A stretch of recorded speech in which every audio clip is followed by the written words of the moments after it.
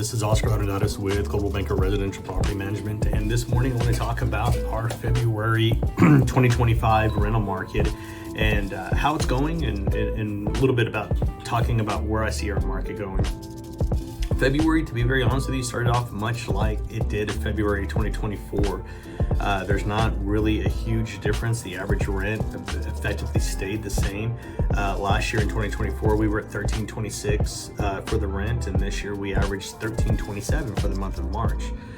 The good thing that we are seeing, though, is the amount of inventory that came on the market. New inventory went down. This is a good thing because we actually need our inventory levels to drop, so that way we can try to start pushing up rents, or if not pushing up rents, lowering your days on market, creating a little bit more demand. The rental market falls very much in line with the law of supply and demand. We really need our supply to go down or that demand to go up to get these rents back up, where a lot of owners are feeling that they need to be at, so these investments start becoming a lot better.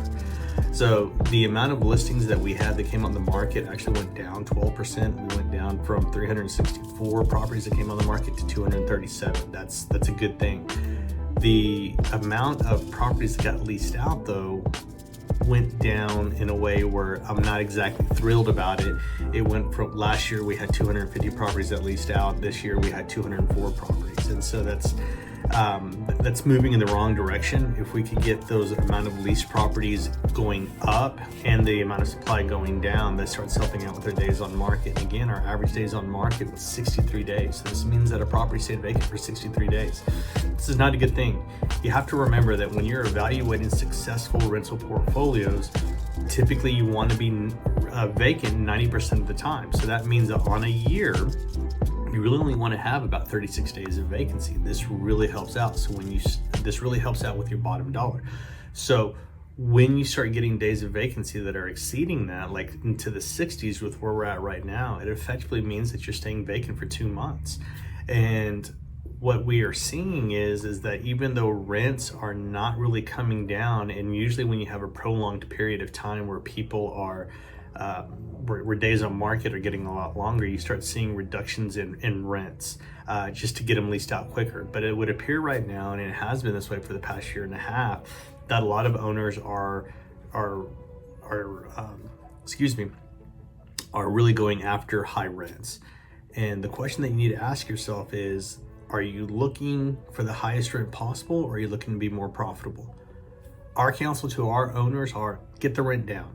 Even if you knock it down $100 a month, say you went from $1,500 a month down to $1,400 a month, yes, you are giving up around $1,200, but it's better than it being vacant for another month or possibly even 2 months.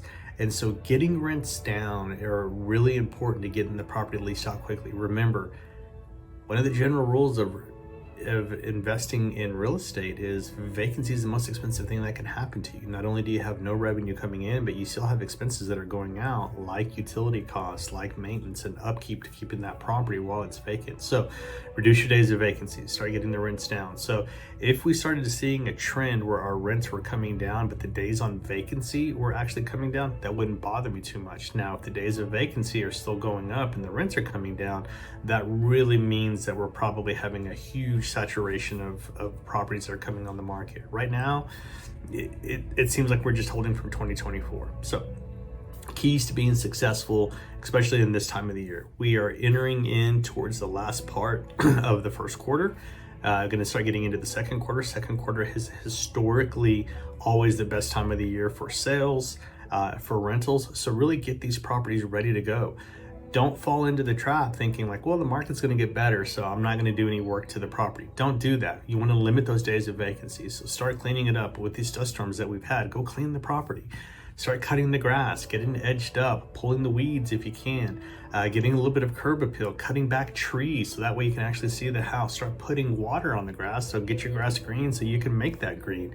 It's really important that if you want to be profitable, get that property looking good. Remember, you want to stand out from everybody else. Real estate's really easy. If a property doesn't sell or lease, it's either price or condition. Remove the condition aspect from the reason of why people aren't leasing out your property. It's really easy to figure out why your property isn't leasing out. If your condition is solved, now it's just a price issue.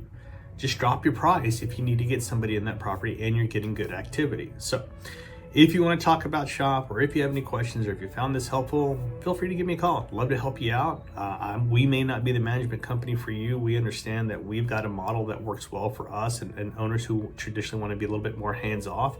But if you're that hands-on owner and maybe just need a phone call or maybe some counsel, feel free to give me a call. Love to talk shop. Have a great rest of the day. Hopefully your spring break goes well, and happy leasing. Thanks.